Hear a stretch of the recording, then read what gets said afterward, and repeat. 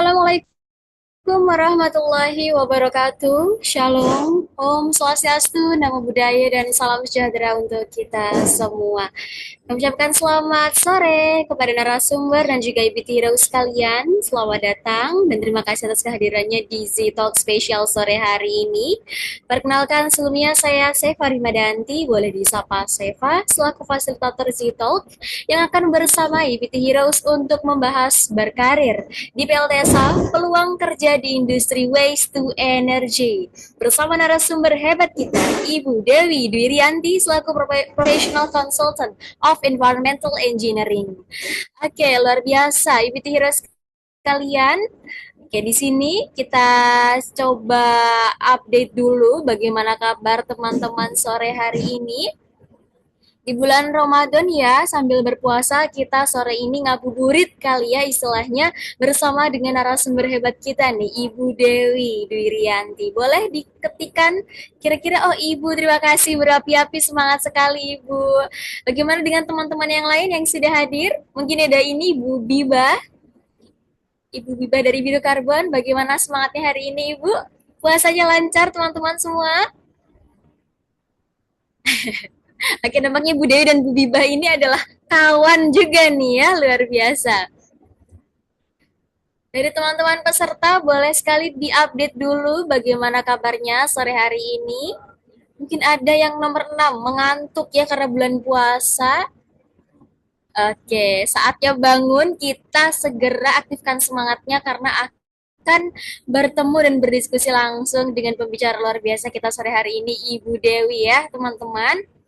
Oke, terima kasih update-nya. Berikutnya, kami juga mengingatkan kepada seluruh EBT Heroes untuk memfollow seluruh sosial media Zona EBT yang terdiri atas Instagram, Facebook, LinkedIn, EBT Heroes cukup search saja Zona EBT, maka akan langsung muncul platform kami. Jangan lupa untuk langsung klik tombol follow-nya agar tidak ketinggalan informasi-informasi menarik mengenai energi baru dan terbarukan yang pastinya akan bermanfaat untuk EBT Heroes sekalian.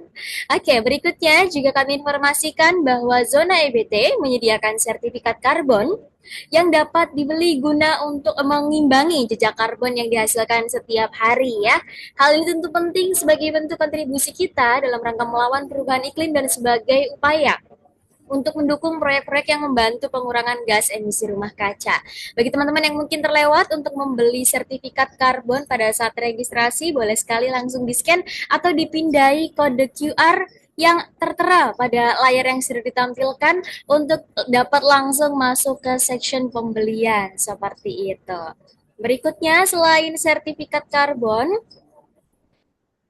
Zona EBT juga menawarkan pembuatan sertifikat energi terbarukan atau REC yang mana dapat menjadi alat yang sah dan terverifikasi untuk menunjukkan komitmen penggunaan energi terbarukan. Nah, jadi silahkan juga langsung dipindai kode QR yang sudah ada pada layar untuk segera menuju ke section pembelian. Demikian, mari sama-sama kita wujudkan masa depan kita yang berkelanjutan, teman-teman. Berikutnya.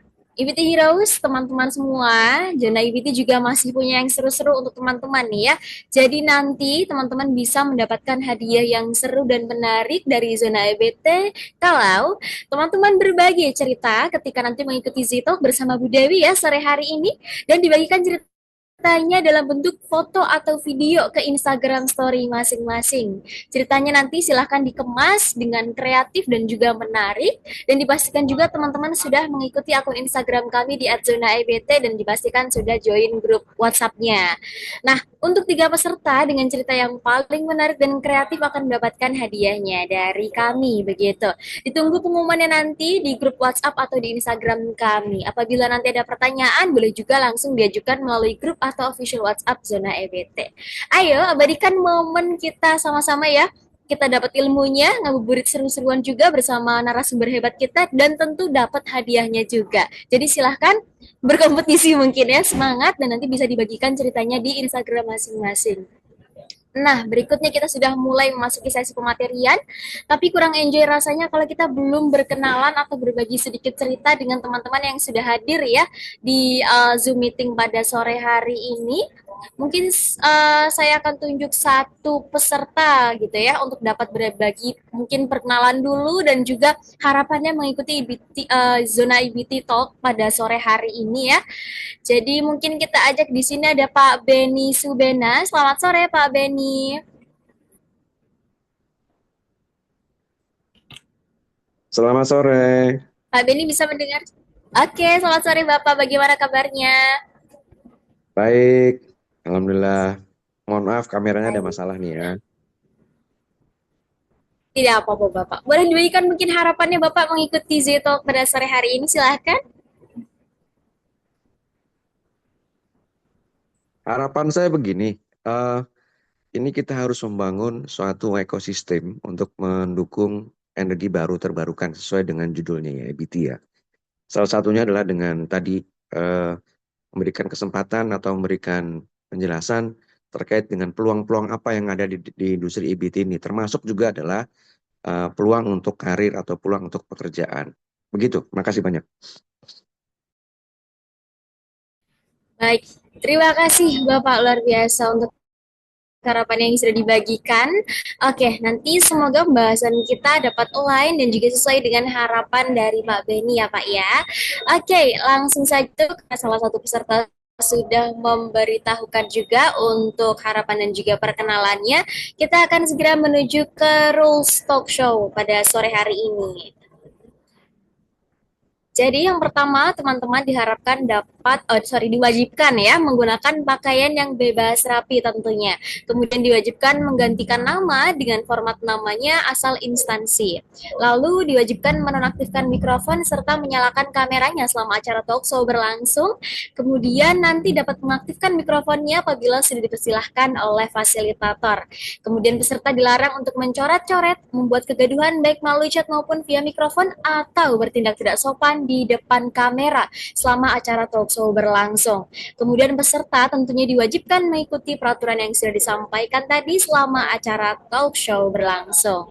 Demikian rules talk show sudah saya bacakan, maka selanjutnya kita akan segera berkenalan dengan narasumber yang luar biasa pada sore hari ini, Ibu Dewi Dwi Rianti, selaku Professional Consultant of Environmental Engineering. Dengan pengalaman selama lebih dari 30 tahun, luar biasa ya, di bidang manajemen lingkungan, dengan berfokus pada manajemen dan penanganan air limbah, IA atau AMDAL, dan Pertek di seluruh Indonesia.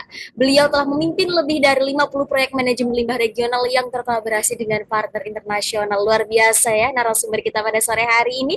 Mungkin langsung saja kita sapa bersama. Selamat sore Ibu Dewi. Sore, Kak Siva. Selamat sore semuanya. Selamat sore Ibu, bagaimana kabarnya Ibu? Alhamdulillah sehat, cerah ceria hari ini di Surabaya. Um, Sebentar, saya Suaranya izin kurang pastikan jelas. terlebih dahulu Ibu di teman-teman yang lain apakah suara Bu Dewi oke Ibu ternyata tidak jadi di device saya di teman-teman juga Oh, suaranya kecil Bu Dewi mohon maaf. sekarang bagaimana? Oke, Sudah, sudah lebih keras oke, lagi. baik. Ya, oke. Oke. Kasih. Ya, baik. Oke. Ibu Dewi bagaimana sudah siap untuk menyampaikan materinya dengan teman-teman di sini sudah antusias sekali Ibu. Siap.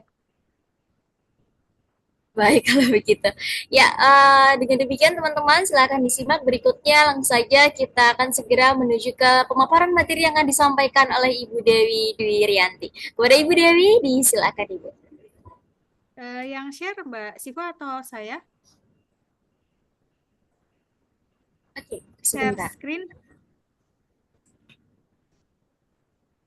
Dari sebelumnya apakah materinya sudah dibagikan kepada zona EBT Ibu?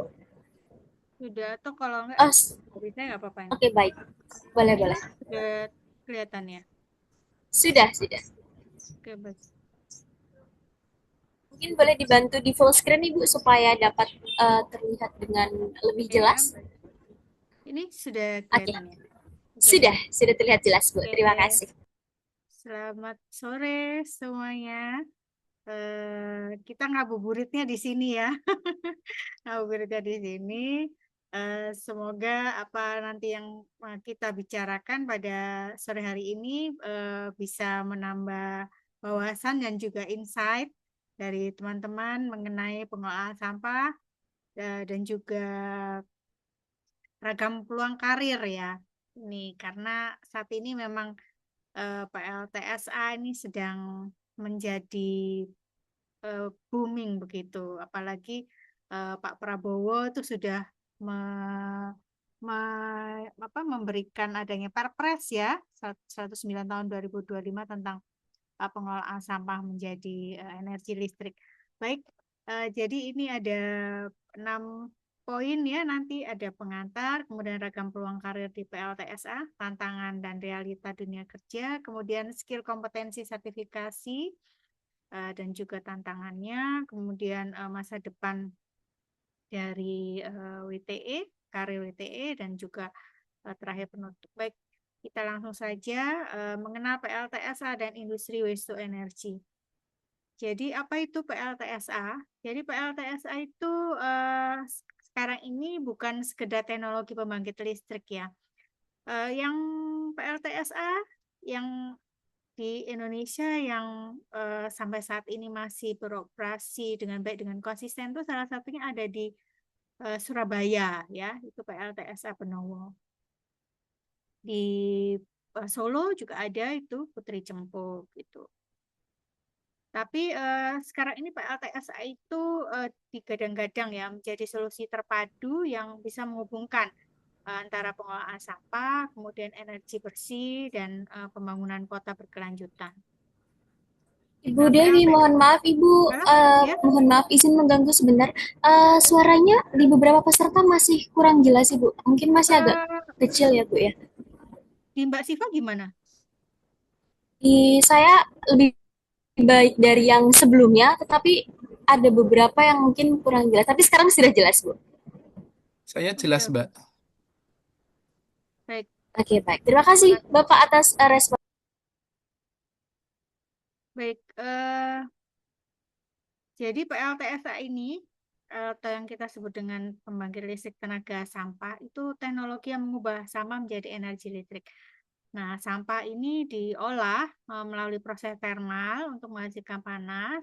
Nah, panas yang dihasilkan itu akan memutar turbin dan menghasilkan listrik ini secara secara apa namanya sederhananya begitu ya. Nah, PLTSA ini sebenarnya sangat diperlukan ya, apalagi sekarang ini volume sampah di beberapa kota itu sudah menggunung begitu. Nah, di sini peran PLTSA ini sangat bisa membantu untuk membuat solid waste management menjadi lebih baik karena mengurangi volume sampah sampai 80 sampai 90%. 10%-nya kemana? 10%-nya itu menjadi uap dan juga menjadi abu ya. Nah, nanti kita bahas lebih lanjut. Kemudian menghasilkan listrik dan juga mengurangi emisi dari TPA. TPA itu adalah tempat pemrosesan akhir ya. Jadi beberapa teman-teman yang mungkin belum terbiasa ya menyebut TPA. TPA itu bukan tempat pembuangan akhir ya, tapi TPA itu adalah tempat pemrosesan akhir karena diharapkan di TPA itu kita bisa masih bisa memanfaatkan sampah yang masuk ke sana gitu. Dan TPA itu sebetulnya eh, diharapkan sudah menjadi tempat di mana sampah itu menjadi terkubur di situ. Kenapa sampah itu bisa jadi energi? Karena sampah itu masih memiliki kalor. Nah, kalor yang seperti apa nanti kita bahas lebih lanjut ya. Kemudian tahapan utama untuk proses PLTSA itu sampah dimasukkan ke dalam waste bunker. Jadi ada satu tempat besar begitu untuk menampung sampah, dikumpulkan sementara di situ. kemudian ada insinerator atau furnace di mana sampah itu dibakar pada suhu tinggi untuk menghasilkan panas, dan juga ada boiler. Nah, boiler ini adalah merupakan jantung dari PLTSA karena panas yang dihasilkan ini untuk menguapkan air yang ada di dalam boiler, kemudian masuk ke uap yang dihasilkan itu memutar turbin untuk menghasilkan listrik. Nah, di sini yang harus diperhatikan di PLTSA ini adalah kita harus punya emission control system ya, di mana gas buang yang dihasilkan ini harus melalui PPU, yaitu pengendalian pencemaran udara. Salah satu di antaranya menggunakan melalui filter, kemudian scrubber dan juga yang lainnya. Nah, tadi kan mengurangi sampah ya 80-90%. Nah, yang sisanya kemana? Nah, sisanya itu kita akan menjadi abu. Sisa abunya ini harus dikelola dengan baik, agar tidak mencemari lingkungan. Nah, sisa abunya itu ada beberapa teknologi diantaranya untuk memanfaatkan sisa abunya ini. Baik.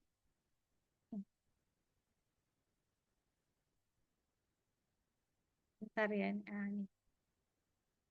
WTE, waste to energy. Jadi konsepnya itu sampah yang masuk ke WTE ini harus sudah melalui proses reduce, reuse, recycle. Jadi yang masuk ke bunker ini adalah sampah yang sudah melalui proses 3R. Jadi yang masuk di sini ini adalah residu saja. Nah, setelah pengolahan sampah di reduce, reuse, recycle ini di PLTSA ini bisa dimanfaatkanlah residu itu menjadi energi. Di sini tadi udah kita sampaikan ya, ada proses insinerator di sini, kemudian ada boiler di sini, kemudian dimanfaatkan menjadi energi listrik tersambung dengan satu sistem begitu. Kemudian abunya, nah ini yang harus dikelola dengan baik ya. Jadi kelola baik, ini fly ash-nya, ada fly ash, ada bottom ash. Kalau fly ash itu artinya adalah abu yang ikut masuk ke dalam udara ya, gitu. Ini harus ditangkap. Kemudian kalau bottom ash ini berarti yang lebih partikulatnya itu lebih besar sehingga dia ada di bagian bawah. Nah, untuk abu ini juga harus hati-hati ya, karena di Indonesia ini sampahnya itu masih mixed use gitu. Nah, ini akan menjadi berat ya bagi proses PLTSA. Nah, PLTSA ini adalah merupakan salah satu dari WTE ya. Jadi di situ ada sistem yang paling banyak digunakan di PLTSA itu adalah incineration, jadi pembakaran.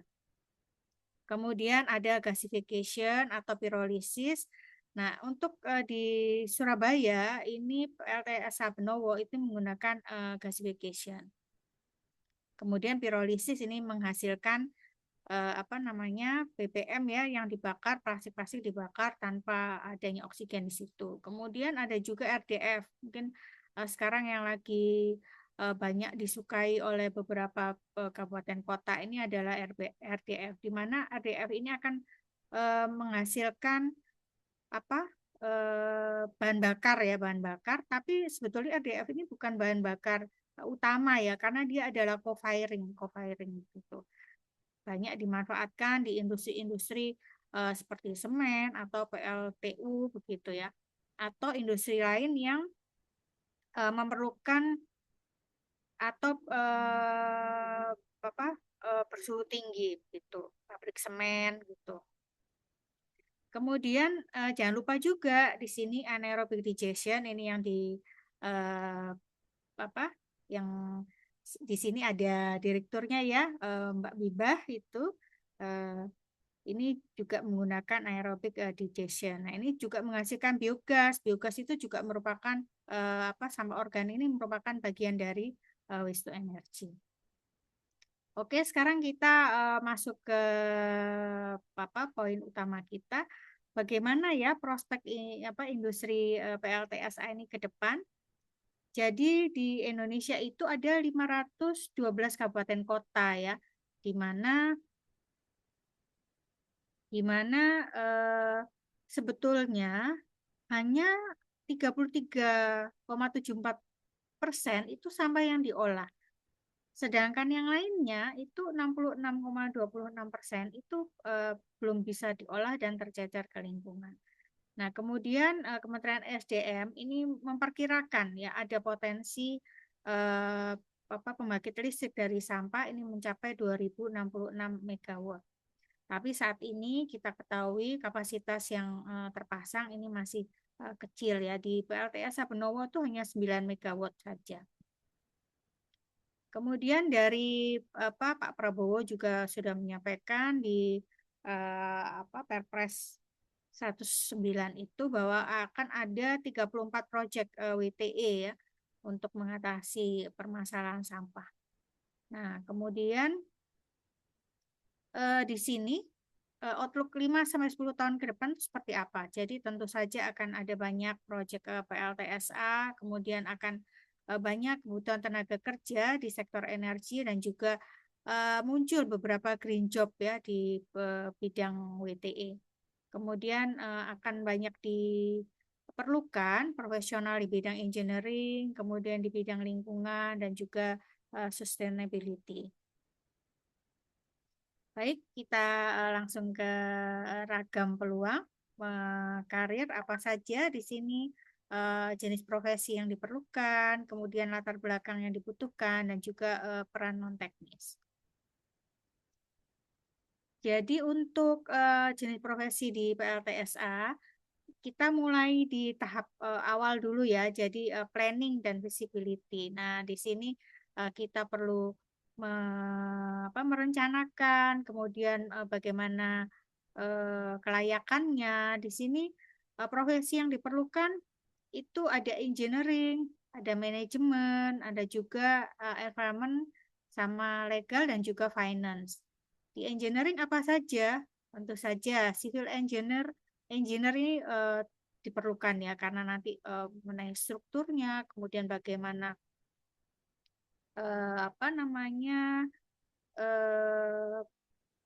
terhadap ketahanannya terhadap tanah yang ada di situ, kemudian juga mechanical engineer, kemudian electrical engineer ini, kemudian instrumentation engineer, process engineer ini diperlukan sekali di tahap awal di tahap planning dan visibility.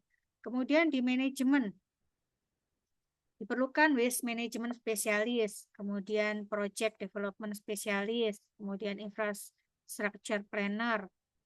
Di bidang environment, legal and finance tentu ada environmental engineer atau teknik lingkungan ya, kemudian ada spesialis AMDAL atau EIA, kemudian ada project finance analyst, dan ada juga legal dan regulatory spesialis. Nah, jadi di sini kita bisa lihat ya, jadi tidak hanya teman-teman di engineer saja, tapi di bidang manajemen dan juga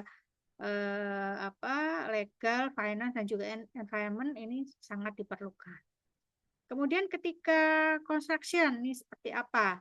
Nah, tentu kita tetap perlu ya teman-teman engineer di sini untuk teknik sipil, kemudian teknik mesin, teknik elektro, dan juga instrumentasi. Kemudian di manajemen masih diperlukan, itu project manajernya, kemudian construction manager, kemudian EPC engineer. Kemudian karena ada banyak pekerja di situ, maka ada HSE perlukan di situ, ada health, safety, and environment. Kemudian ada juga teman-teman selain HSE officer, ada juga environmental compliance specialist. Nah, di sini diperlukan karena banyak sekali regulasi-regulasi yang dipatuhi, dan ketika satu proyek itu sudah dimulai, itu harus dilaporkan. Tadi kan di awal ada AMDAL-nya ya. Nah, berarti di tahap konstruksi ini harus dilaporkan proyek itu per 6 bulan. Ini diperlukan teman-teman apa spesialis apa teknik lingkungan di sini. Lanjut, ketika PLTSA itu sudah beroperasi, apa saja yang diperlukan? Ini bisa lanjut ya, teman-teman yang dari apa konstruksi tadi. Di engineering masih diperlukan mechanical engineer, electrical engineer, instrumentation engineer, dan juga proses engineer. Kemudian diperlukan juga operator untuk di plan operatornya dan control room operator. Kemudian HSE ini masih lanjut ya, masih diperlukan, sangat diperlukan malah karena di operasional ini ada banyak resiko yang harus yang akan terjadi gitu. Ada teman-teman HSE di sini, HSE officer, kemudian environmental compliance specialist di sini tetap melaporkan ya bagaimana operasional PLTSA itu dilakukan per 6 bulanan. Kemudian juga ada emission monitoring specialist di sini memonitor emisi yang keluar dari stek atau cerobong asap PLTSA.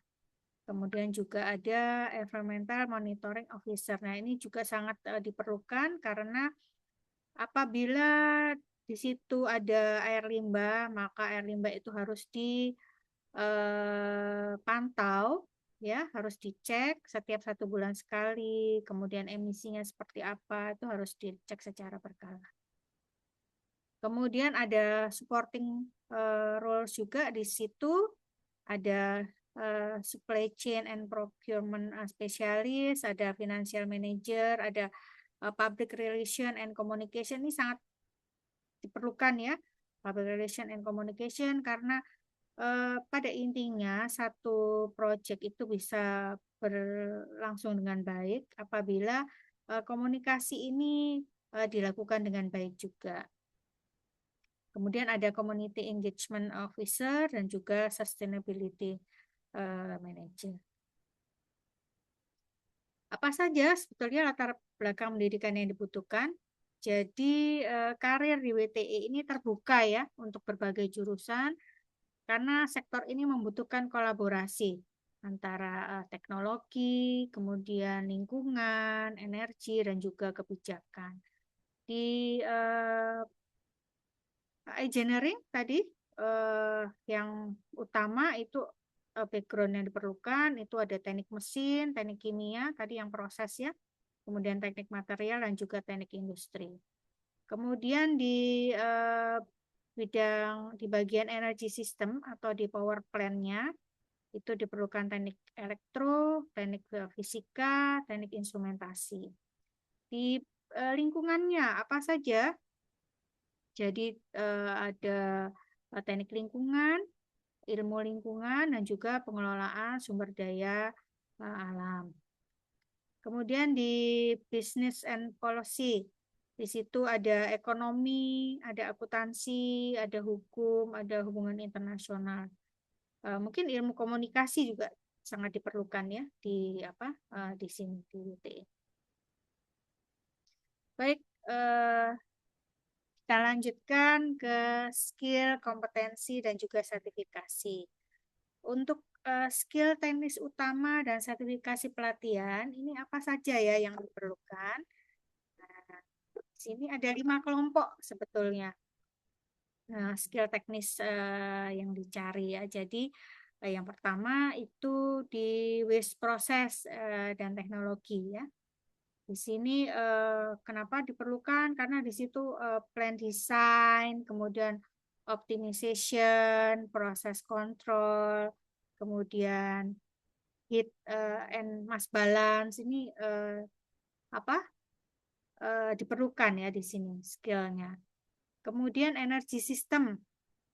Energi sistem ini kita bicara mengenai power plant, engineering-nya, kemudian termodinamikanya seperti apa, kemudian boiler dan turbin, kemudian juga grid integration, terutama apabila listrik itu akan dimanfaatkan keluar dari area PLTS saja, jadi tidak digunakan untuk kebutuhan operasional sendiri ya, tapi terintegrasi dengan PLN, misalnya energi listrik dari PLN.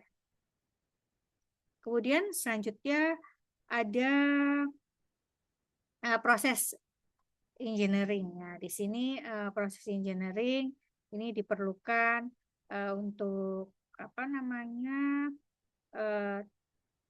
plan design optimization tadi ya, tadi seharusnya yang pertama tadi. Kemudian environmental control di sini apa saja yang dikontrol? Di situ ada emisi, kemudian ada yang keluar dari stack ya, kemudian air pollution control. Ini terutama juga kita melihat bagaimana udara ambien yang ada di sekitar PLTSA itu terpengaruh atau tidak dengan adanya aktivitas PLTSA itu. Kemudian juga as management. Kemudian digital data, digital and data. Jadi monitoring, plan monitoring, kemudian data analisis dan juga engineering software. Ini skill yang biasanya dicari ya di industri PLTSA ini. Wah, maaf ya ini kayak kepotong. Bentar ya, saya ke PDF-nya saja.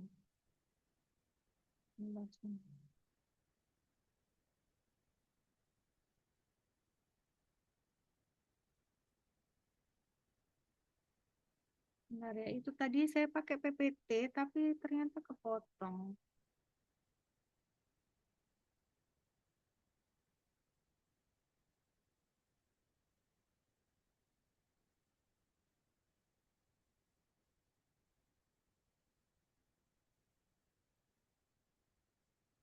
Oke, sudah kelihatan ya?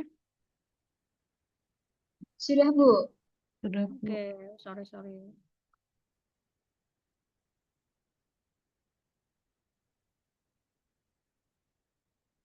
Nah, ini 5 sertifikasi ya yang bisa nanti dicari.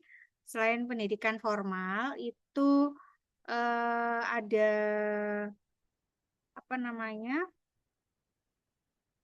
ada sertifikasi yang bisa dicari ya, misalnya di bidang energi, kemudian pengelolaan limbah, lingkungan. Misal di sini sertifikat kompetensi tenaga teknik kelistrikan. Di mana bisa dicari? Ini ada di LSP atau LSK yang terlisensi dengan Kementerian ESDM. Kenapa sih kok penting di PLTSA? Karena ini wajib ya, terutama untuk pekerjaan yang terkait operasi dan pemeliharaan pembangkit listrik. Jurusan apa saja yang biasanya boleh mengambil di situ? Tentu saja yang relate ya, jadi teknik elektro, mesin, seperti itu. Kemudian ada manajer energi atau auditor energi. Ini biasanya yang mengeluarkan ini adalah Kementerian ESDM ya. Nah, ini menguatkan kompetensi efisiensi energi dan juga analisis performa pembangkit. Ya, di sini cocok buat jurusan teknik mesin, elektro, dan juga energi. Kemudian juga di sini ada ahli K3 umum ya. Siapa yang mengeluarkan lembaganya biasanya adalah Kementerian Ketenagakerjaan. Kenapa penting? Karena ini wajib ya, terutama untuk di proyek-proyek konstruksi dan juga di fasilitas industri di PLTSA. Jadi bisa nih semua jurusan teknik ya mengambil sertifikasi K3. Kemudian untuk ISO 14000. Nah, ini lembaga sertifikasi ISO biasanya. Nah, ini penting di PLTSA karena untuk compliance lingkungan dan juga pengendalian emisi. Yang cocok teknik lingkungan, ilmu lingkungan, teknik kimia biasanya juga bisa nih di sini. Kemudian untuk pelatihan AMDAL di sini karena AMDAL itu adalah apa namanya ilmu memerlukan semua ilmu ya ada di situ. Jadi semua jurusan itu bisa mengambil pelatihan AMDAL dan juga sertifikasinya, yaitu lembaga pelatihan lingkungan yang terakreditasi. Sini. Baik. Sekarang apa sih tantangan dan realitanya di dunia kerja, terutama untuk tantangan di lapangannya, kemudian juga apa itu mitos dan fakta PLTSA dan juga standar keselamatan kerja. Tantangan pertama ini tentu saja tantangan teknis ya. Nah, kalau kita bicara tantangan teknis di sini yang menjadi tantangan terbesar itu adalah variasi karakteristik sampah. Kita tahu sampah Indonesia itu organiknya tinggi pertama. Tentu saja kadar airnya itu tinggi. Kemudian tercampur sampahnya itu antara organik dan anorganik sehingga menyebabkan apa? Nilai kalornya menjadi tidak stabil. Nah, ini proses pembakaran ini sama produksi energinya itu jadi lebih kompleks kalau kita bandingkan dengan bahan bakar konvensional. Karena sampah itu kan tidak apa komposisinya setiap hari yang masuk itu tidak sama gitu ya. Terus sumbernya juga ada dari banyak sumber, mulai dari rumah tangga, kemudian komersial jasa, kemudian juga ada dari fasilitas umum seperti itu. Kemudian tantangan teknis lainnya ini adalah pengendalian emisi. Nah, pengendalian emisi ini harus betul-betul diperhatikan karena kalau kita bicara mengenai pembakaran sampah itu ada namanya dioksin dan furan yang mengintai ya yang bisa apa terbentuk di situ. Kenapa dioksin dan furan ini berbahaya? Karena merupakan trigger ya, merupakan trigger eh, cancer begitu. Kemudian apa pengendalian emisi yang seperti apa yang diperlukan atau tantangannya ini adalah pengendalian gas buang, kemudian juga pengelolaan fly ash dan juga bottom ash, dan pemantauan emisi ini harus secara kontinu, harus dilakukan secara terus-menerus ya, online gitu. Kemudian tantangan teknis lainnya itu adalah integrasi teknologi yang kompleks. Kenapa? Karena di situ ada pengolahan sampah. Pengolahan sampah berarti kita harus bicara sumber sampahnya. Jadi kalau kita bicara sumber sampah berarti ada sistem pengangkutan sampah yang harus masuk ke PLTSA itu, ya. Kemudian juga sistem pembakarannya, kemudian bagaimana sistem pembangkit listriknya dan juga sistem pengendalian emisi. Nah, ini harus terintegrasi ya. Sistem ini kemudian terintegrasi dengan berbagai pihak setiap hari, tidak boleh terputus. Kemudian ini juga merupakan tantangan yang berat sekali, yaitu tantangan sosial. Kenapa? Karena sering kalau kita bicara mengenai sampah, pasti orang bilang, jangan di dekat saya. Itu ada namanya NIMBY ya, not in my backyard.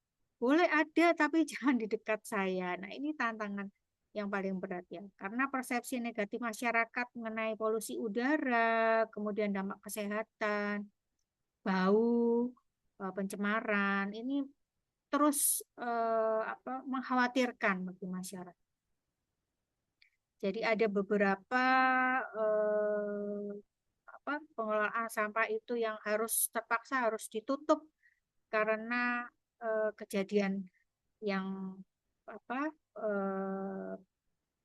berhadapan dengan masyarakat. Kemudian komunikasi dan transparansi. Nah, Ada kemungkinan persepsi masyarakat itu keluar karena apa? Komunikasi itu kurang baik ya. Jadi sebaiknya memang harus dijelaskan nih teknologi secara transparan. Kemudian data emisi yang diminta itu berikan saja secara terbuka gitu. Nah, hasil laboratoriumnya gitu misalnya. Bagaimana hasil pemantauan laboratorium gitu. Ya, sebaiknya memang masyarakat perlu tahu, terutama adalah masyarakat yang tinggal di sekitar PLTSA. Nah, kemudian masyarakat itu dilibatkan ya dalam proses komunikasi. Nah, ini adalah mitos dan fakta tentang PLTSA. Jadi mitos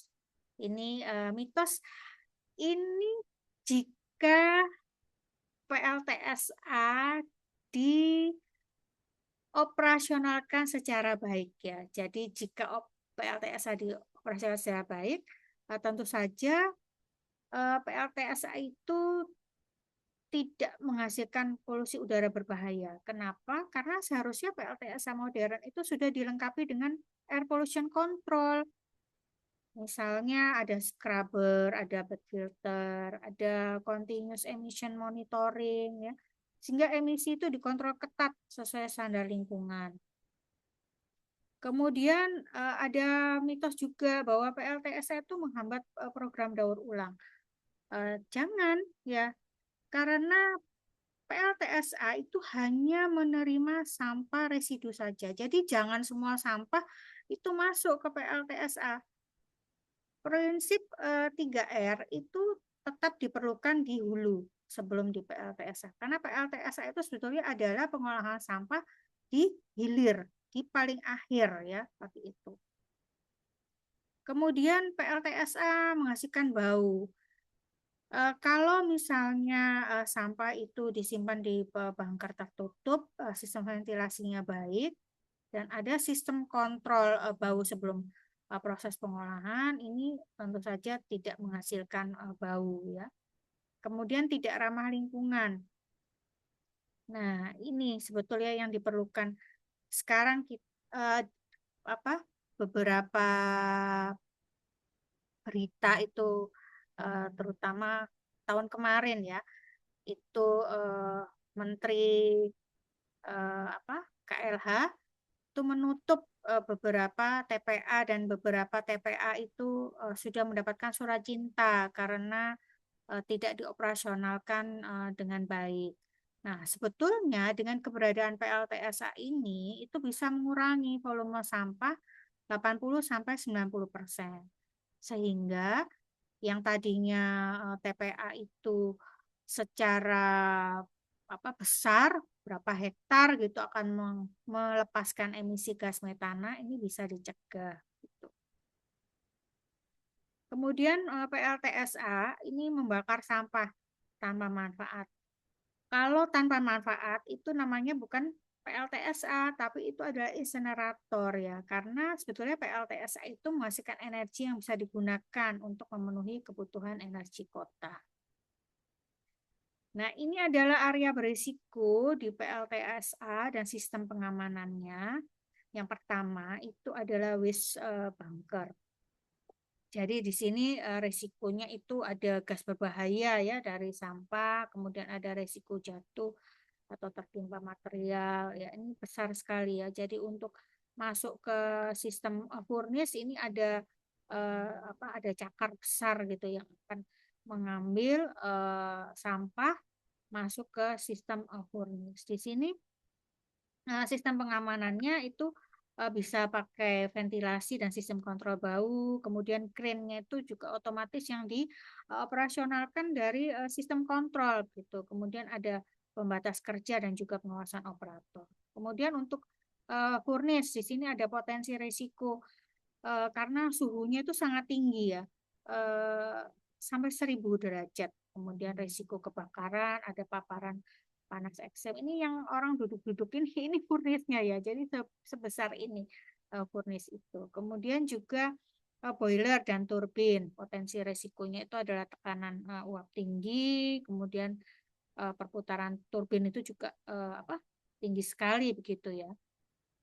Kemudian ada kontrol room, pusat pengendalian. Nah, ini jangan sampai gagal, karena kalau ini gagal otomatis sistem kontrolnya itu akan fail secara keseluruhan. Baik, kita lanjut lagi ke jalur masuk dan strategi berkarir. Mau kah? Mau kok Desi. Kalau di Gimana ya mulai karir di taruh di PLTSA? rumah. Adik-adik itu bisa mulai di program magang atau internship Apa? ya. Jadi internship di Itu kan PLTSA permen yang terakhir kan, beberapa itu habis itu. Habis lebaran dia bermain mungkin lagi. bisa ditolong. Maaf, Ya. Bapak Sugesti boleh tolong di mute terlebih dahulu, Bapak. Posisi internship ya yang udah beroperasi itu di PLTSA Benowo atau di Putri Cempu Solo ya. Strateginya nanti pada saat magang itu ambil kalian sertifikasinya di PNSP. Nanti ketika magang kan bisa kenal nih sama praktisi lapangan. Nah, bangun networknya. Jadi sering kali ketika kalian magang atau magang itu kalau performanya bagus itu bisa direkrut. Atau bisa juga dari proses fresh graduate program ya sini. Jadi ini ada rekrutmen di perusahaan-perusahaan seperti di PLN Nusantara Power, PJB, kemudian anak perusahaan konstruksi itu membuka peluang ini.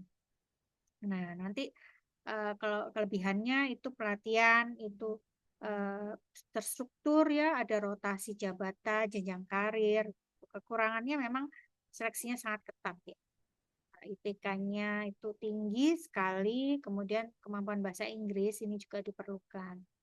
Kemudian bisa juga lewat jalur engineering, procurement, dan construction. Nah, bisa gabung nih di perusahaan-perusahaan kontraktor, misalnya seperti Wika, Adi, atau perusahaan-perusahaan asing seperti Sumitomo, ya, Keppel. Kelebihannya nanti bisa belajar teknologi spesifik dan juga ada peluang bisa pindah ke sisi operasional dan maintenance ketika construction-nya itu sudah berakhir. Nah, tapi ada juga ketika gimana kalau tidak itu kan tadi untuk adik-adik ya. Kalau misalnya kita udah terlanjur berkarir di tempat lain, bisa saja kita bisa transisi karir ke PLTSA dari bridging gap ya. Misalnya sektor yang paling kompatibel ya teman-teman yang dari sektor energi nih, misalnya dari PLTU. Nah, ini sangat relevan ya karena ada boiler di situ, ada turbin, ada generator itu kan sama ya. Kemudian juga di teman-teman dari sektor oil and gas. Nah, ini ada perpipaan, kemudian HSE, manajemen, ini juga bisa terbuka ya. Kemudian sektor pengolahan limbah industri relevan ini karena tadi teman-teman lingkungan tuh diperlukan ya untuk regulasi dan manajemen operasional di lapangan. Nah, skill yang perlu disesuaikan nih kalau misalnya dari sektor mechanical atau power engineer. Kalau di PLTSA, kalau di PLTU itu batu bara itu kan stabil. Nah, kalau di PLTSA itu tidak stabil. Kenapa? Nilai kalorinya itu bisa berubah-ubah tergantung musim. Kemudian spesialis lingkungan. Nah, ini bisa fokus ya pada dioksin, furan, logam berat ini. Ini lebih kompleks sistem pengolahannya ya daripada limbah cair biasa. Kemudian juga dari HSE ini ada biological hazard ya. Karena dari sampah ya. Jadi bukan hanya sekedar resiko fisik kimia tapi ada bakteri atau virus mungkin yang ada di situ di sampah itu. Kemudian di project manager ini perlu skill social engineering ya karena mengelola pengelolaan masyarakat dan isu sosial tuh jauh lebih sulit ya dibandingkan proyek energi. Nah, ini peta industri WTE di Indonesia. Jadi operator dan pengembang pembangkit itu ada PT PLN Nusantara Power, ada PT Indonesia Power, ada PT Sumber Organik ini yang sudah mengoperasikan PLTSA Benowo ya. Kemudian ada PT Solo Citra Metro Plasma Power ini yang di PLTSA Putri Cempo. Kemudian ada PT Jakarta Solusi Lestari. Ini yang ada di pengolahan sampah di Jakarta. Kemudian kontraktor EPC tadi sudah tersebut ya, ada Wika, Adi Utama Karya, PT-PP, kemudian kalau internasional di situ ada Apple, ada Sumitomo, ada Mitsubishi. Kemudian track karir di 2026 seperti apa? Nah, ini ya, di beberapa kota itu sekarang lagi ekspansi RDF ya, seperti Cilacap, Banyumas, Tuban itu sedang gencar ya membangun RDF. Artinya ada peluang karir di situ. Kemudian carbon credit spesialis. Nah, nanti bisa berhubungan sama Bu Bibah nih. Ada Bu Bibah di sini. Dicat aja. Kemudian ada digitalisasi TPA ya. Ini Smart Waste Management. Nah, di sini kita belum, tapi mungkin nanti akan ke sana, terutama penggunaan sensor ya yang terintegrasi dengan internet ya, kemudian pemantauan ketinggian sampah, suhu bangker dan juga komposisi. Nah, kemudian kalau di industri pengguna RDF-nya siapa? Di sini ada PT Solusi Bangun Indonesia, ada ini grupnya Semen Indonesia ya. Kemudian ada PT Indosemen dan juga PT Indarum. Ini juga aktif ya saat ini bertransformasi menuju energi hijau. Kemudian apa ya dampak sosial dan juga makna pekerjaan di PLTSA itu? Jadi memang kontribusi PLTSA terhadap pengurangan emisi dan perbaikan lingkungan ini digadang-gadang. Yang pertama itu bisa mengurangi volume sampah yang masuk ke TPA, mengurangi emisi gas rumah kaca yang tadinya sampah itu tetap tertimbun di TPA, kemudian menghasilkan energi dari limbah, kemudian juga bisa mendukung konsep ekonomi sirkular. Kenapa? Karena di PLTSA itu sekali lagi hanya yang masuk hanya residu ya. Jadi setelah melalui proses reduce, reuse, recycle, barulah masuk ke PLTS. Kemudian makna sosial pekerjaan ini juga bagus ya, karena bisa mengatasi dua masalah sekaligus, yaitu sampah dan energi. Kemudian juga berkontribusi terhadap kota yang lebih bersih. Nah, ini menjadi angan-angan kita semua ya. Sampah bisa dikelola dengan baik, kemudian TPA itu berkurang ya, menerima sampah, kemudian lingkungan perkotaan jadi lebih bersih karena tadi emisi gas metan itu berkurang jauh. Kemudian mendukung transisi energi bersih karena memanfaatkan sampah sebagai sumber energi, ya kan? Kemudian mendorong inovasi teknologi lingkungan, terutama di sini teknologi pengendalian emisi dan juga konversi energi dan juga sistem pengelolaan residu pembakaran.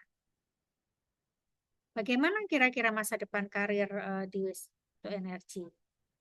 Nah, ini. Jadi kalau sekarang ini ada adik-adik mahasiswa ya atau yang fresh graduate, ini bisa masuk di sini.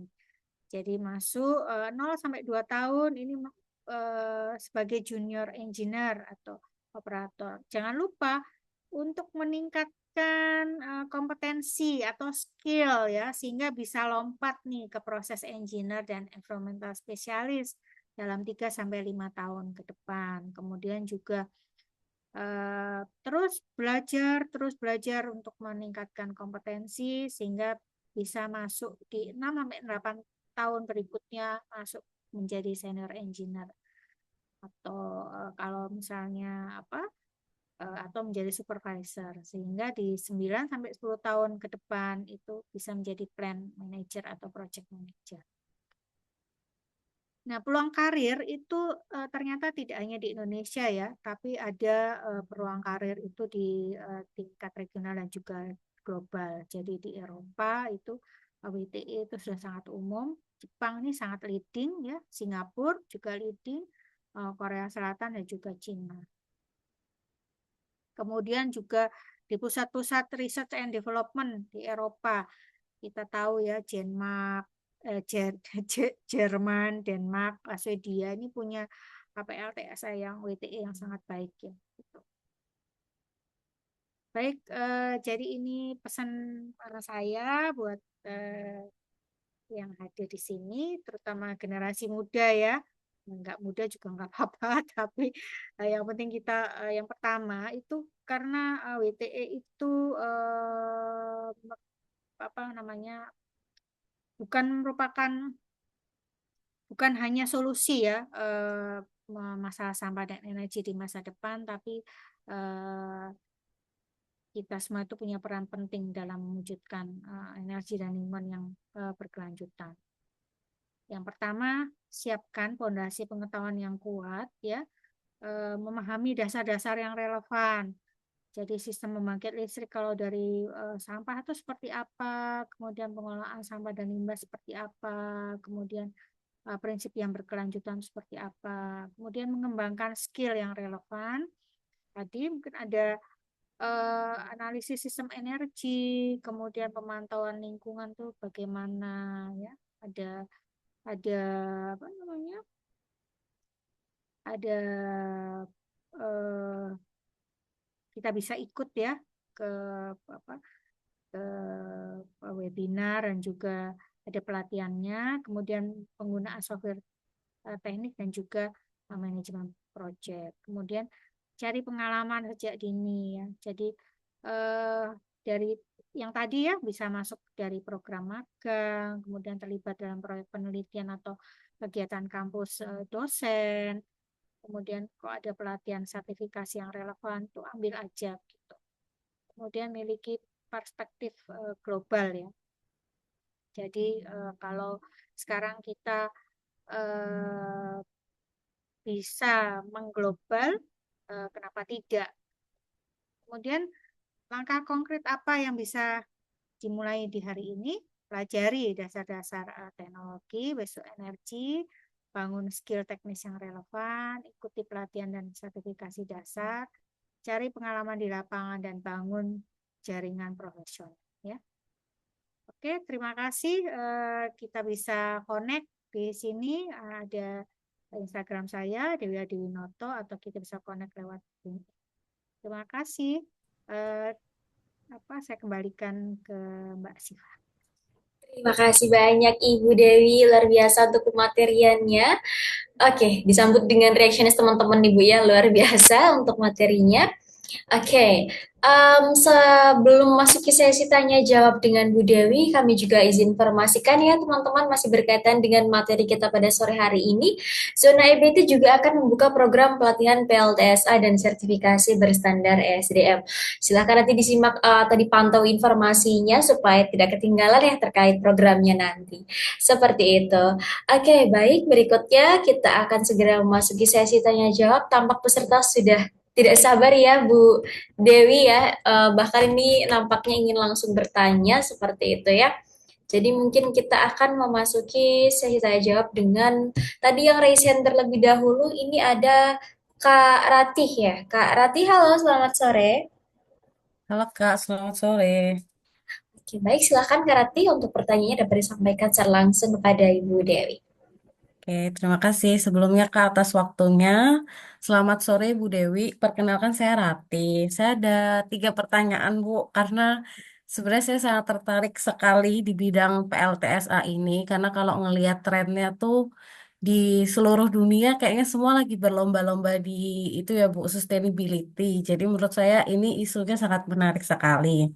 Terus pertanyaan saya tuh yang pertama lebih ke untuk di zaman di masa sekarang Bu yang lagi terjadi di Indonesia biasanya itu proses penangkapan eh, limbah yang dibuang ke melalui udara itu biasanya tuh pakai teknologi apa Bu? Karena kayaknya tuh sekarang juga orang lagi peduli juga soal itunya. Terus sama di fly ash itu gimana cara menjaga fly ash ini ketika lagi kondisi hujan. Karena fly ash itu kan kering ya, Bu. Kalau hujan tuh apakah dia jadi banyak, terus gimana sistem menjaga itu biar tetap kering? Itu pertanyaan yang pertama. Terus kalau yang kedua, saya mau tanya juga, Bu, apakah possible ya, Bu, untuk membuat teknologi PLTSA ini tuh tapi skalanya kecil, misal untuk skala rumahan atau pedesaan atau mungkin kampus. Terus kalau misalnya possible, eh, perizinannya tuh bagaimana gitu? Apakah sulit? Terus nanti pertama kali tuh mungkin step-step sederhananya seperti apa gitu, Bu. Terima kasih sebelumnya, Bu. Ya, sama-sama. Oke, saya jawab dulu ya, yang apa? Silakan Ibu. Oh ya, langsung ya Mbak. Sorry, sorry. Boleh, boleh. Tidak apa-apa Iya, Ibu, langsung saja, tidak apa-apa. Untuk diskusi langsung. oke ya. Jadi sekarang ini apa? Kita kalau bicara emisi sekarang itu kalau menurut undang-undang dan peraturan pemerintah di Indonesia itu di UU 32 2009 dan PP 22 2021 itu setiap apa? Setiap kegiatan yang memiliki cerobong itu harus memiliki pertek baku mutu emisi ya. Jadi misalnya ini di industri, pembangkit listrik itu harus punya pertek emisi. Nah, ini harus mendapatkan persetujuan ya, persetujuan dari dinas lingkungan setempat atau dari kabupaten, kota setempat atau provinsi atau bahkan dari kementerian.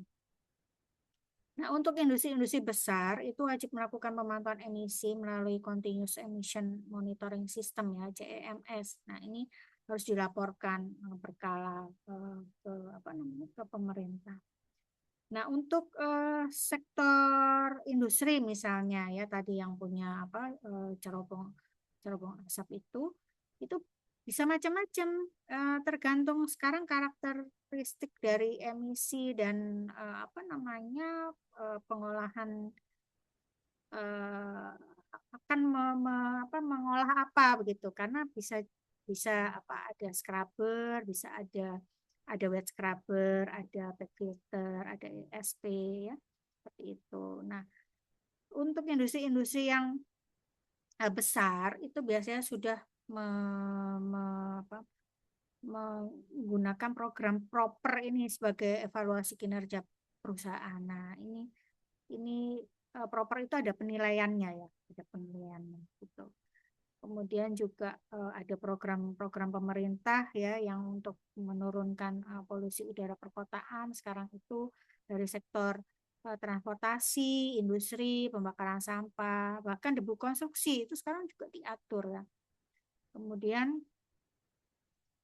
untuk target secara nasional sekarang ini kalau kita bicara mengenai emisi itu ada Air Quality Index nasionalnya di situ. Mungkin kalau buka di webnya kementerian tuh ada ya.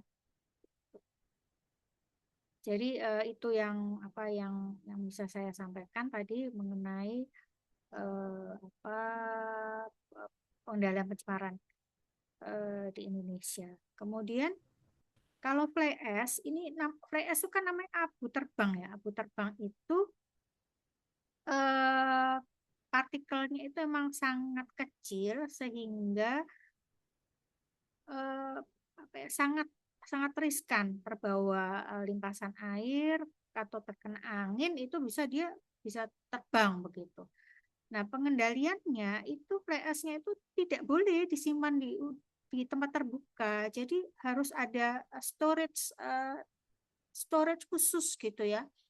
Atau silo atau gudangnya beratap atau penutup terpal atau di cover. Nah, ini tujuannya apa? Supaya tidak terkena hujan dan juga membentuk slurry atau ya benyek gitu tadi, benyek gitu. Nah, kalau hujan itu sebenarnya air hujan yang kalau misalnya terlanjur kena ke fly ash, ya harus ada drainase atau perimeter ya, perimeternya, kemudian ada kolam sedimentasi dan juga ada settling pond. Ini fungsinya apa? Untuk menahan partikel fly ash kalau terlanjur terkena air gitu, supaya apa eh, total suspended solidnya atau TSS-nya itu bisa terendapkan di kolam sedimentasi atau apa namanya settling pond tadi. Nah, kemudian memang fly ash itu harus distabilisasi ya, macam-macam caranya. Mungkin di beberapa tempat itu di PLTU itu ada yang dia digunakan untuk penambahan semen ya, atau dibuat aspal, atau dibuat tambahan bahan konstruksi. Nah, itu bisa ya, itu. Nah, jadi secara kesimpulannya tadi ya, kalau preventif itu memang harus ditutup supaya tidak terkena hujan. Kalau sudah terkena hujan, ya berarti harus ada pengendalian limpasan pakai drainase atau sistem sediment pond. Kemudian juga pengendalian debu sekunder ya, kalau misalnya dia terbang ke udara. Kemudian tadi ada pertanyaan juga apa tadi insenerator ya, insenerator atau apa tadi ya? Yang ketiga tadi apa? Belum sempat Ini tak yang sebut. Balistik. apakah memungkinkan untuk membangun ini dalam skala yang kecil, kayak misal di lingkungan kampus kah, atau di sebuah kabupaten, desa? Terus cara nanti PTE, perizinannya itu gimana ya? PLTSA-nya, membuat Mm-mm. PLTSA maksudnya. Skala kecil gitu, misal mikro apa, nggak yang gede ya, Bu, maksudnya gitu. Ini karena kalau kita bicara PLTSA itu memang dia tuh sangat kompleks ya. Jadi kalau sampah yang masuk itu kurang dari 100 ton itu rasanya kurang visible ya gitu. Sebagai informasi, di Putri Cempok itu 100 ton yang masuk, kalau di Surabaya itu 1000 ton gitu. Jadi rasanya kalau kurang dari itu kurang visible ya untuk dibangun gitu, karena nanti biaya investasinya itu kurang kurang cocok lah dengan apa yang didapat gitu. Mungkin itu ya. Baik, Bu. Terima kasih, Bu, atas Kasih, jawabannya. sama-sama. Baik, terima kasih Kak Rati untuk pertanyaannya juga dan juga Ibu Dewi untuk jawabannya yang luar biasa insightful ya Bu ya. Kita akan menuju ke pertanyaan berikutnya Ibu. Berhubung untuk sesi tanya jawab masih hingga pukul 17.30 ya. Jadi berikutnya ada yang sudah resign lagi di sini dari Kak Farel Kamaludin. Mungkin boleh disampaikan pertanyaannya. Oke, thank you so much Kak Sheva atas waktunya, dan thank you so much Bu Dewi atas penjelasan terkait PLTSA Bu. Saya tertarik mengenai emisi di PLTSA sih Bu, dan pengen tanya juga.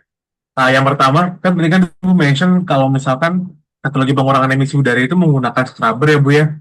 Nah, sebetulnya untuk teknologi tersebut itu udah dipakai di PLTSA di Indonesia atau belum? Kemudian seberapa efektif sih Bu untuk pengurangannya seperti itu? Itu yang pertama Bu. Terus yang kedua, kalau dalam POV analisa lingkungan, kan Ibu kan juga di environmental consultant ya Bu ya. Itu sebetulnya untuk patokan pengukuran emisi dari cerobong itu mengacu pada standar apa ya Bu, kalau boleh tahu? Maksudnya baku mutunya kah? Betul Bu, kan ada pengukuran emisi dan segala macamnya Bu ya, itu kan pakai standar yang mana kalau boleh tahu, dan baku mutunya seperti apa?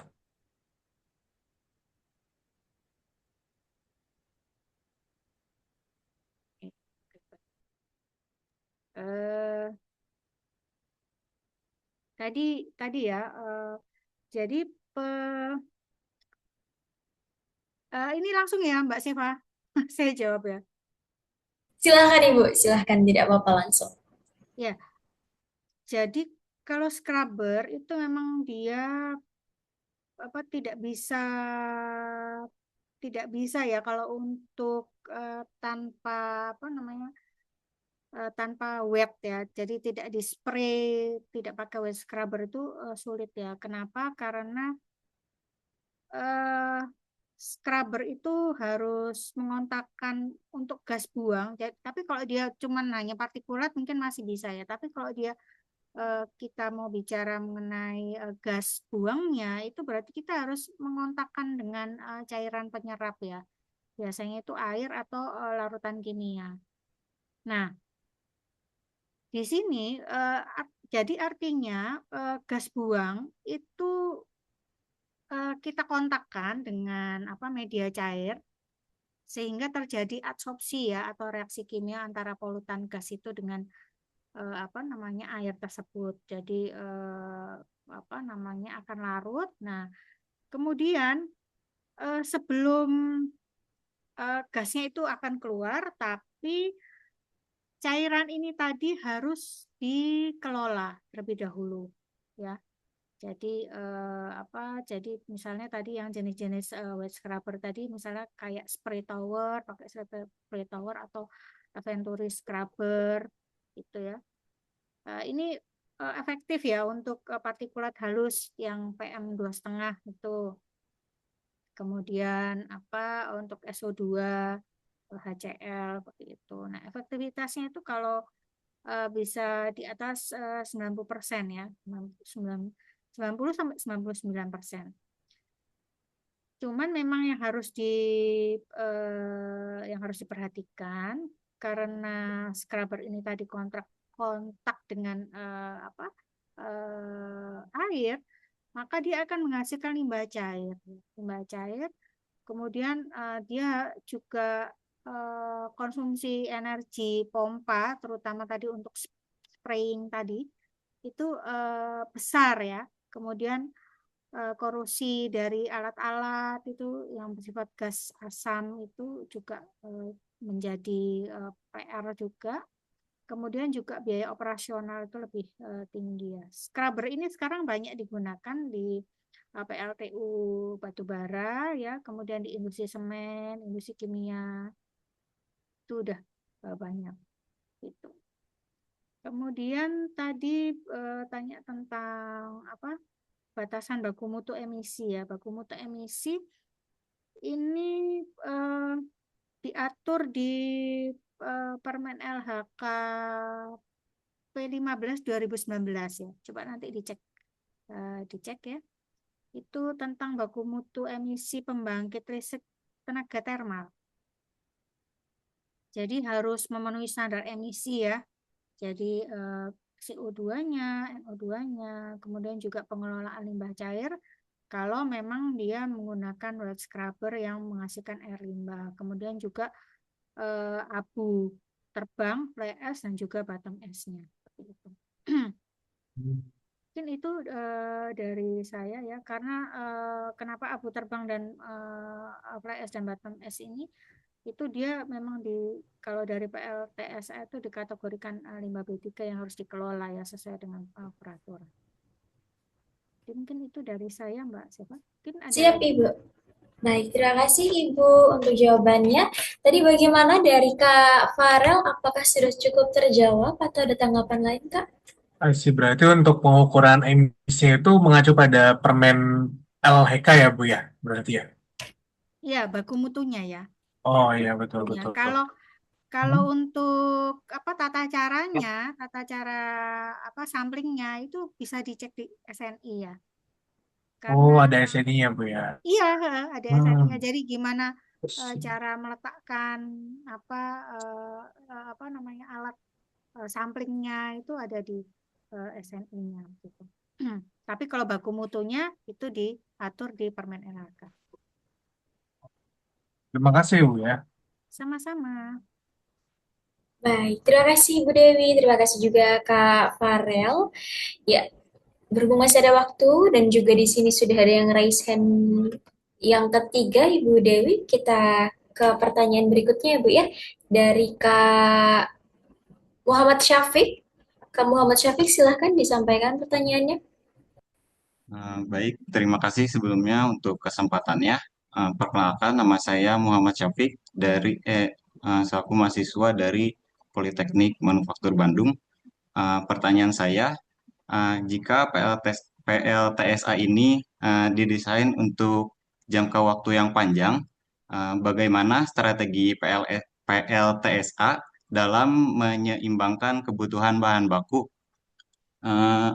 yang konstan untuk menjaga efisiensi termal dan stabilitas power output sesuai kontrak layanan di tengah target jangka panjang pengurangan sampah, seperti sekarang adanya inovasi plastik yang larut di dalam air, terus tutup botol yang diolah menjadi furnitur dan lain-lain, yang secara bertahap akan menurunkan volume input sampah ke PLTSA terutama dari masyarakat.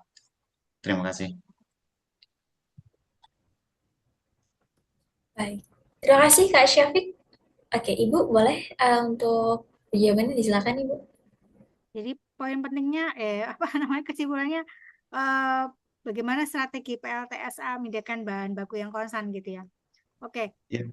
tadi saya sampaikan bahwa memang ada jumlah minimum sampah ya. Ini kalau yang di PSEL, ini yang diatur di PP 109 yang dikeluarkan oleh Pak Prabowo itu. Memang jumlah minimum sampahnya itu 1.000 ton per hari.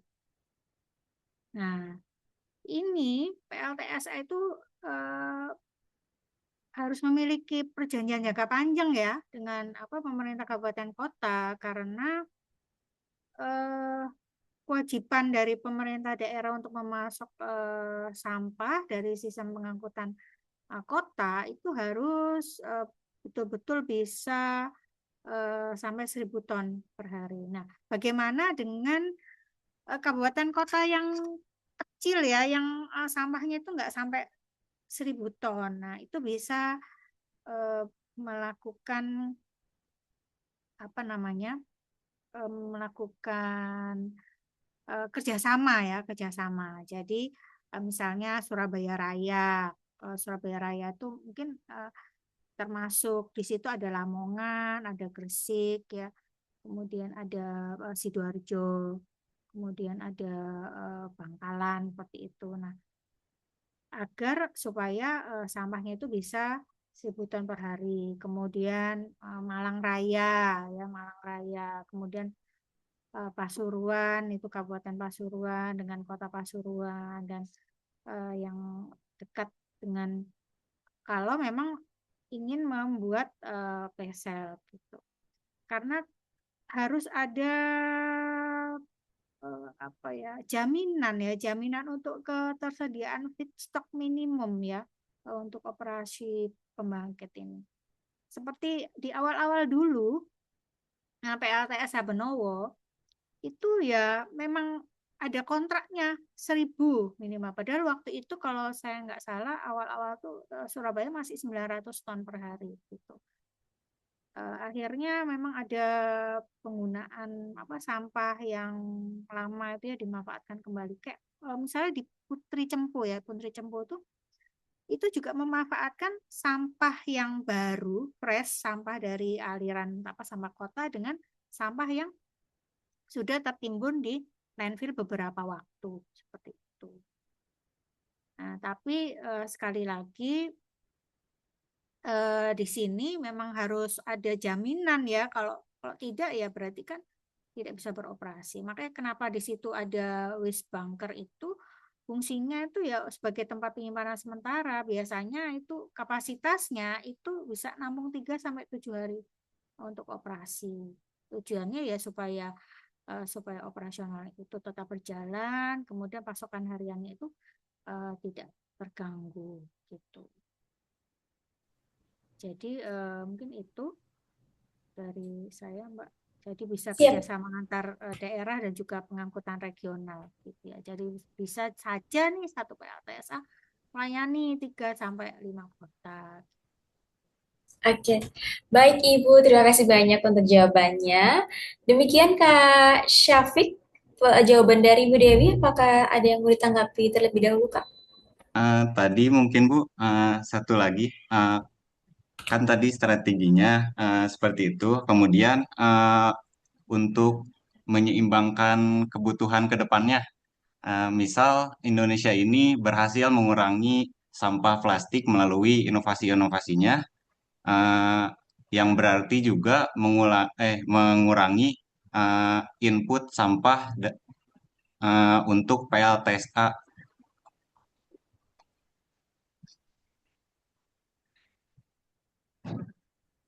Itu bagaimana? Wah, itu idaman. Idaman sekali ya kalau misalnya apa kalau memang seperti itu, karena PLTSA ini kan dibangun itu kan sebetulnya untuk mengolah sampah yang ada di hilir yang sekarang ini masih belum bisa tertangani dengan baik gitu. Jadi di sini PLTSA itu tidak bersaing ya dengan daur ulang, tapi dia hanya memanfaatkan residu yang tidak bisa didaur ulang. Misal itu plastik multilayer. Terus apa yang dari saset-saset itu loh. Terus kopi yang apa?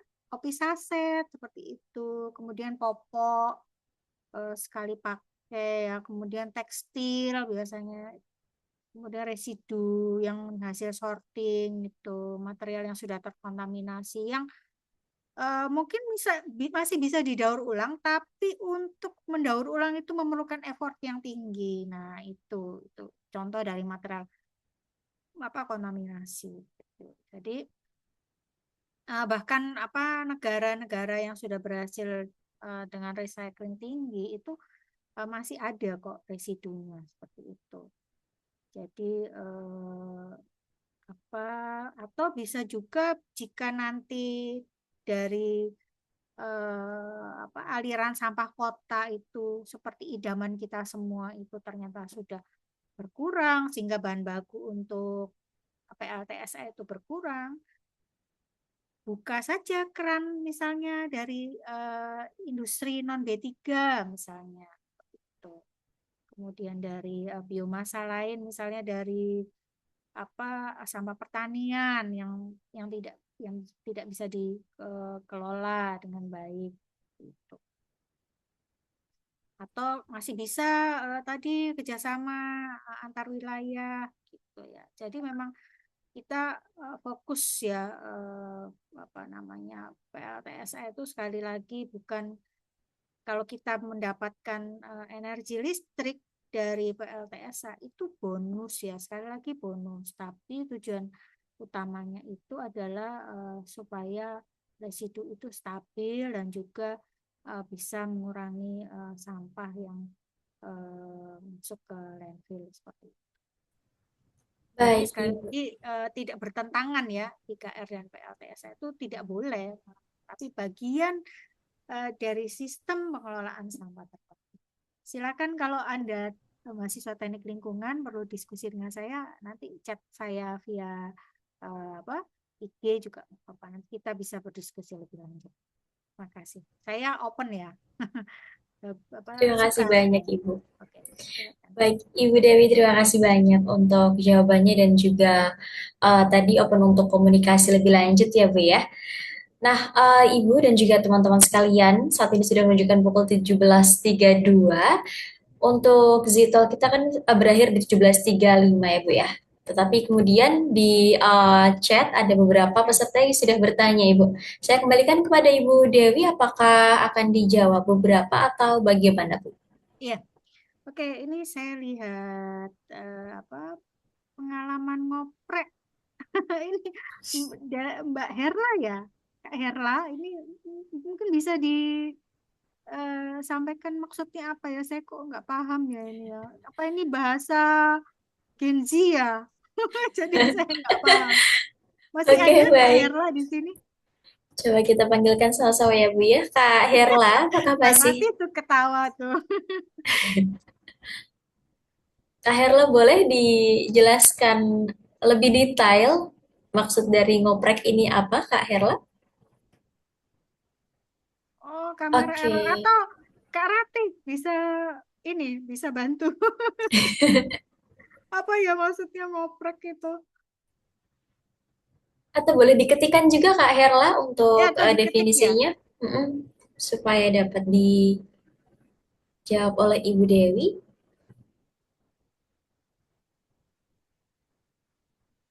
Atau Oke, langsung ke itu pertanyaan Pak Antonius ya tadi. Ini sudah ya. sudah diketikkan Ibu. Recording membuat karya ilmiah atau riset.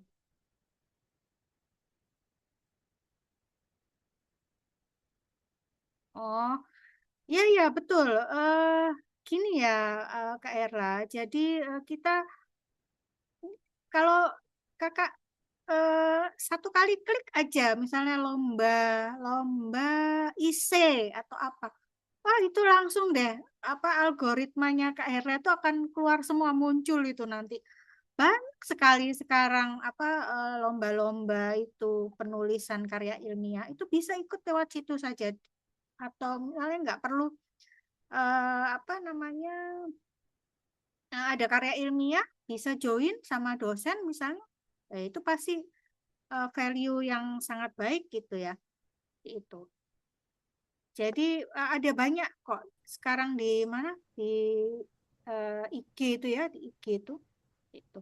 Oke Pak Antonius, Bapak waduh nih Pak dosen.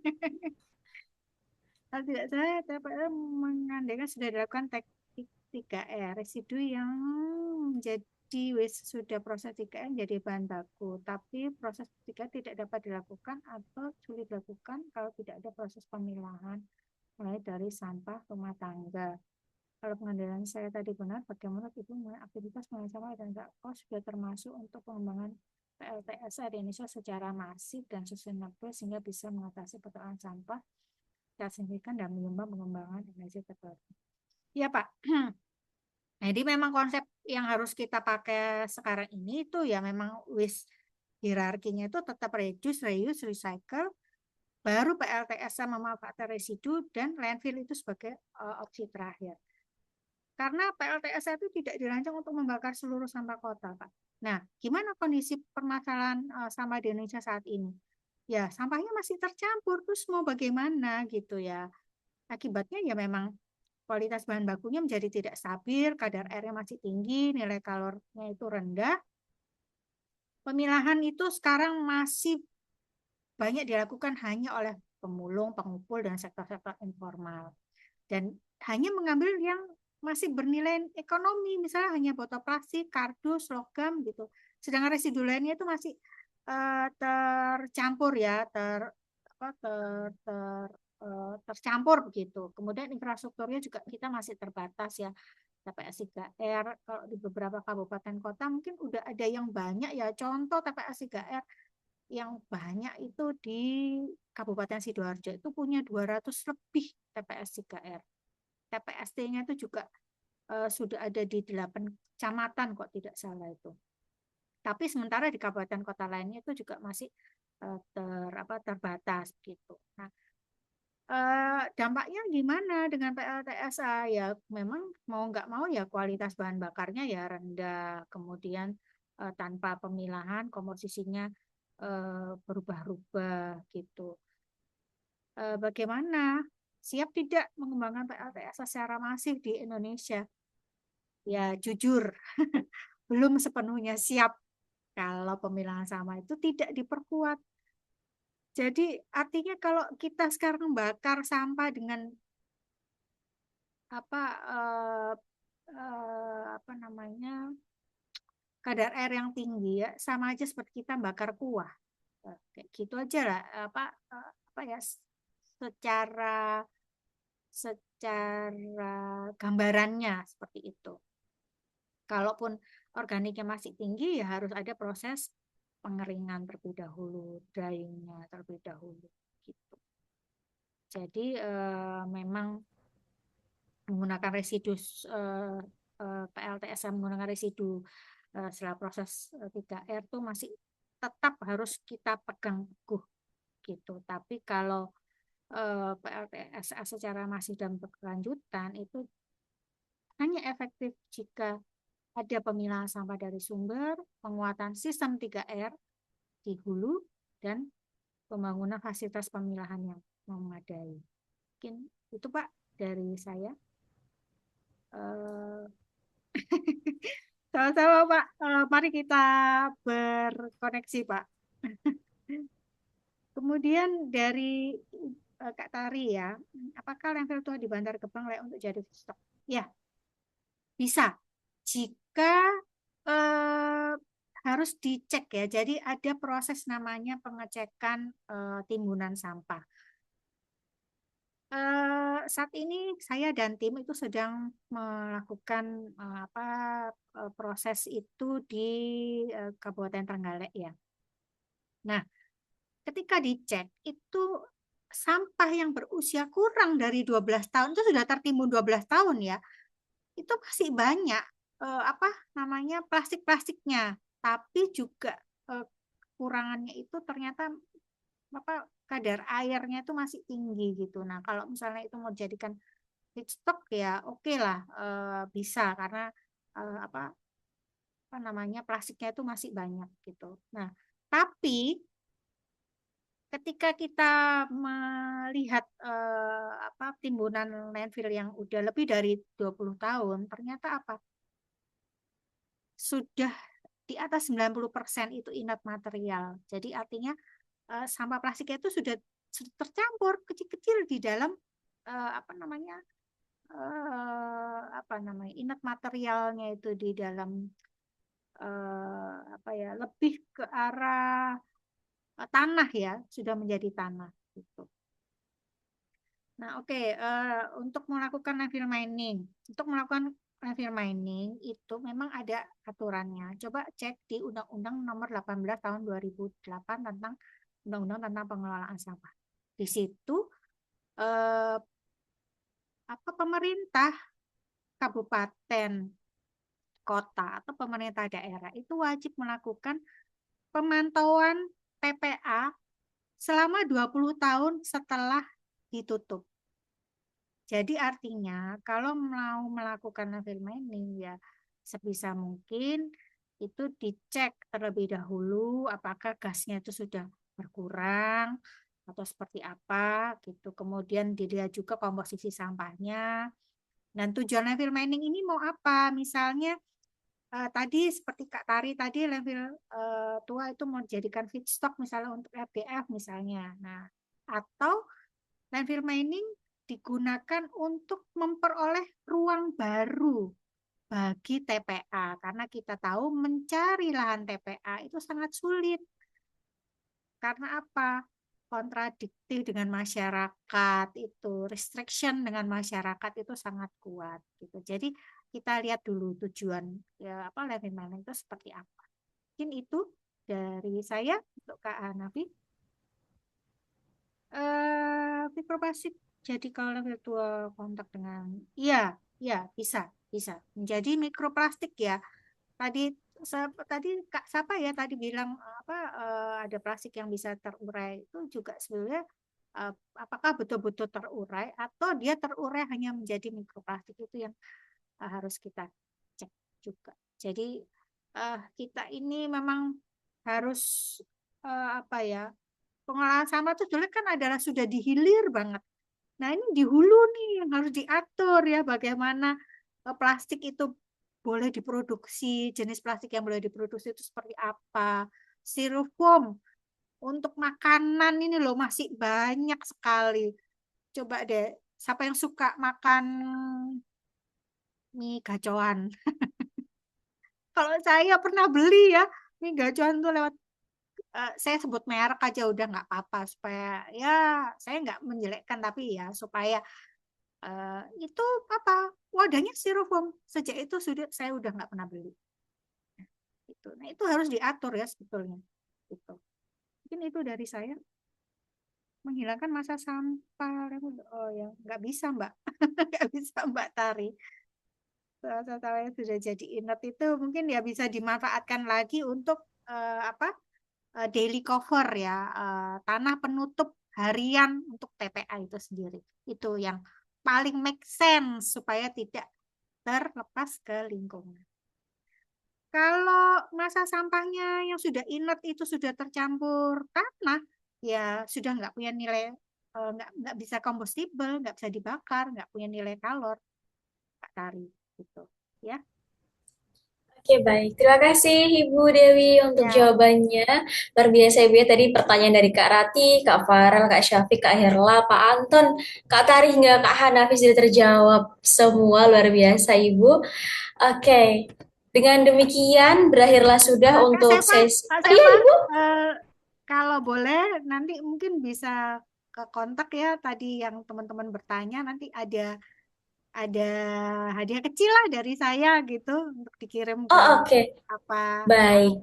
kakak-kakak itu tadi. Oke, baik Ibu.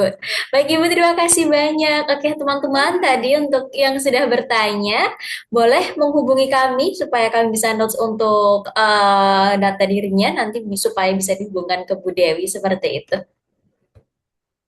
Oke. Iya, Nah, baik. Berikutnya kita akan sebentar. Dari kolom chat ada tambahan ada Kak tanggapan Firza. dari Kak Firza. Iya, silakan Kak Ah, Firza. oke, silakan Kak. Oke, sembari mungkin Kak Firza menuliskan atau nanti mungkin berkoneksi langsung dengan Ibu berhubung saat ini sudah mendekati waktu maghrib, jadi mungkin Ya, beberapa betul teman-teman sudah banget. ada yang berbuka ya Bu ya. Ya, Oke, tidak apa-apa, berarti mungkin. ngabuburitnya sampai berbuka ini ya Bu ya. Oh, Oke, baik. Oke, baik Kak siap. Firza, ditunggu ya. Oke, Kita kebetulan Ibu recording. Dewi juga sangat terbuka ya Bu ya. Nah, kalau begitu karena sesi tanya jawab kita sudah selesai, Ibu dan juga teman-teman, kita akan memasuki sesi foto bersama, jadi boleh. Mungkin yang sudah buka puasa juga tidak apa-apa, menyalakan kameranya dulu supaya kita bisa mengabadikan momen kita nih bersama dengan Ibu Dewi ya.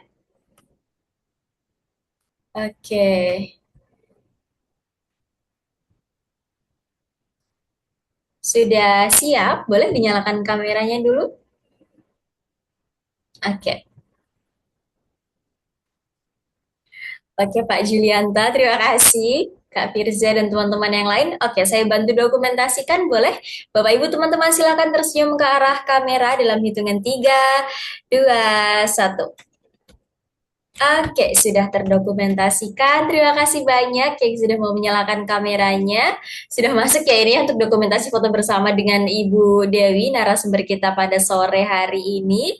Ya, kami ucapkan terima kasih banyak sekali lagi kepada narasumber kita Ibu Dewi. Luar biasa talk show sore hari ini berjalan dengan sangat lancar, luar biasa pembahasannya komprehensif Bu. Saya betul-betul, saya dan peserta nih pasti ya belajar hal baru, insight-nya juga luar biasa. Wah, luar biasa. Ramai ini Bu untuk reactions-nya, tepuk tangan untuk Ibu Dewi kita. Oke, ya, berikutnya kami juga ingatkan kepada teman-teman sekalian untuk jangan lupa mengisi link presensi dan juga evaluasi yang telah dibagikan ya, supaya nanti kami dapat meningkatkan performa juga ke depannya. Dan saya ingatkan sekali lagi untuk teman-teman, tadi Ibu Dewi juga sudah mengingatkan untuk berkoneksi bila mana ada pertanyaan lebih lanjut atau mau berkomunikasi lebih dekat lagi juga boleh nanti langsung kontak Ibu Dewi seperti yang sudah di-share juga di kolom chat ya. Dengan demikian, berakhirlah sudah ZI Talk kita, berkarir di PLTSA, peluang kerja di industri waste to energy, bersama dengan narasumber hebat kita, Ibu Dewi Dwi Rianti, yang diselenggarakan oleh Zona EBT. Kami ucapkan terima kasih sekali lagi kepada EBT Heroes Mas, yang ada yang sudah... tanya link Oh iya Ibu, mohon maaf. Ada yang nanya link presensi? Oke, nanti kami bagikan juga untuk link presensinya. Oke. Sebentar, oke, sudah boleh. Silahkan diakses di sini, Bapak. Nah, oke, saya lanjutkan untuk closingnya, jadi kami ucapkan terima kasih juga kepada IBT Heroes yang telah mengikuti acara dari sore hari tadi ya, sebelum berbuka hingga sudah masuk waktu berbuka. Luar biasa semangatnya, meskipun puasa tetap aktif, antusias juga menyimak materi dan juga ilmu dari Ibu Dewi. Kami juga mengucapkan mohon maaf yang setulus-tulusnya apabila ada hal yang kurang berkenan di hati IBT Heroes kalian. Akhir kata dari kami, dari saya Sefari Badanti selaku fasilitator pamit undur diri. Wassalamualaikum warahmatullahi wabarakatuh. Shalom, Om Santi, Santi, Santi Om, dan salam kebajikan. Sampai jumpa di kesempatan berikutnya. Terima kasih Kak Dewa. Terima kasih Bu, terima kasih teman-teman sekalian. Silahkan ditunggu Selamat update berbuka dari puasa. kami. Selamat Iya, berbuka puasa juga Ibu. izin live boleh Kak? Terima kasih, boleh Terima Ibu, kasih Bu silahkan. Dewi, Mbak Seva. Sama-sama Terima kasih Bapak. Selamat berbuka. Selamat berbuka dan sampai jumpa semuanya.